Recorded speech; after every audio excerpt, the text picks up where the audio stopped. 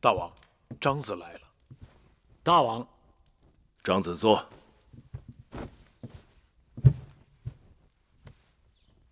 张子是咸阳城里耳目最灵的人，这2日可听到咸阳城里一首歌谣？大王说的可是蛰伏成城，蛰伏倾城啊？聪慧的男人闯天下，聪慧的女人乱天下。说的是周幽王宠信褒姒、废嫡立庶之事。大王对这首歌谣怎么看？似乎有所指。既然传得满城到处都是，只能有一个目的，是想把它传到某一个不容易传到的地方去。比方说，寡人的成名殿。大王的后宫不缺聪明的女人，但这蛰伏倾城的歌谣后面还有另外2句，不知道大王听到过没有？哪2句？腹有长舌，为利之阶。女人舌头长，灾祸从天降。哎，女人少了无趣，多了让人避之不及。难怪孔子说：“唯女子与小人难养也，近之则不逊，远之则怨。”大王这话里有话，弦外有音啊。有什么音？有。好了，还是说回正事。近几年大秦连打了几次大战，威慑住诸侯以后，接下来就要稳定疆域，休生养息。张子对此有何看法？微臣以为眼下最重要的是要放在3个新收服的地方，一为巴蜀，2为义渠，3为河西之地。寡人总是分封，难也难在这3个地方。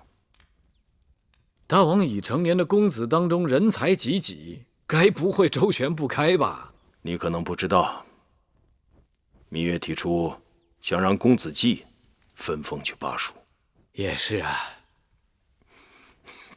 这义渠河西之地，确实没有巴蜀更合适公子季。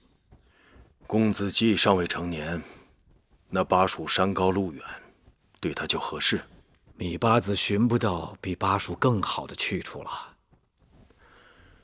芈月不想留在咸阳宫，不想留在寡人身边，如此举动，实在出乎寡人意料。那是芈八子对功名利禄从无所求，这也是我看中他的地方。这也正是他惹怒大王的地方。其实大王无需烦恼，后宫的女人说的再多，也都只是一厢情愿，最后定夺还是要凭大王的一句话。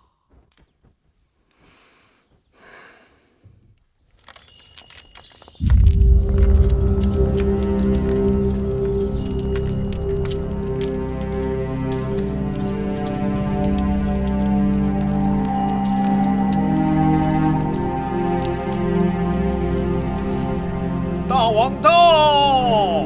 臣拜见大王。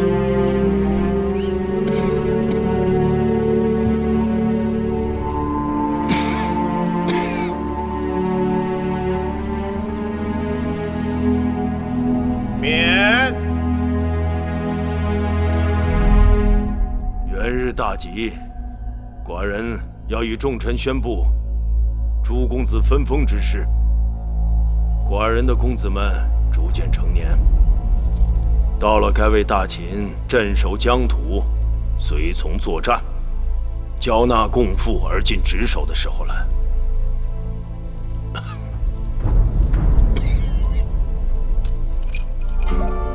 元日大吉，今日辞旧迎新，这茭白酒远胜往年。百叶和花椒选的都是宫中极品，我祝各位姐妹吉祥如意，富贵平安。祝王后富贵平安。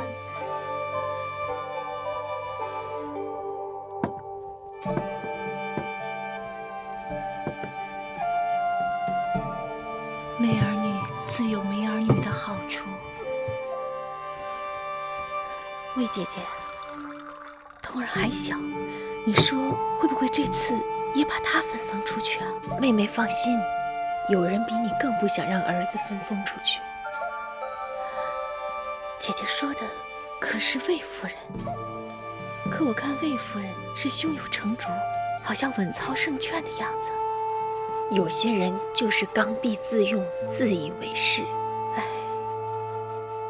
要真能像她那样，图个自己安心，那也就好了。今日大王在宣誓殿向众臣公布分封大事，芈月妹妹仿佛事不关己呀。雷霆雨露皆是天恩，何况诸公子都是大王的亲生儿子，难道大王还会亏待了他们不成？手心手背还两般待遇呢，我就不信你心里没有一点打算。不过这一阵子妹妹往大王处走动的少了，不见君面，君自然寡淡，想向大王求情，估计也逮不着机会吧。妹妹还真不知，原来姐姐的恩宠都是求来的。在大王面前自作聪明，小心搬起石头砸自己的脚。大王一向恤老怜幼，公子既这么小，这次分封只怕是轮不到你了。王后的奏折求的是为诸公子分封藩地，该是人人有份的，为何公子既无份呢？继儿若是能与其他公子一同分封，那是继儿的福气。大王子嗣繁盛，我请求大王分封，就是为给众姐妹们求个天公地道，不偏不倚，人人有份。说得好听，那是人人有份；说得不好听，那可是把人人都算计进去了。魏夫人，你错了，大王岂是任人算计的？在这后宫，你我谁都做不了大王的主。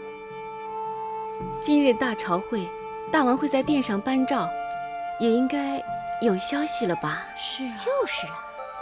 妹妹放心，王后早早就将珊瑚派到前面去了。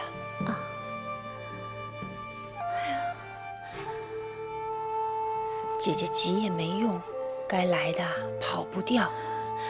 我总觉得心惊肉跳，觉得不祥，仿佛生死攸关。已经这样了，倒不如学学八字，看他样子，仿佛将生死置之度外。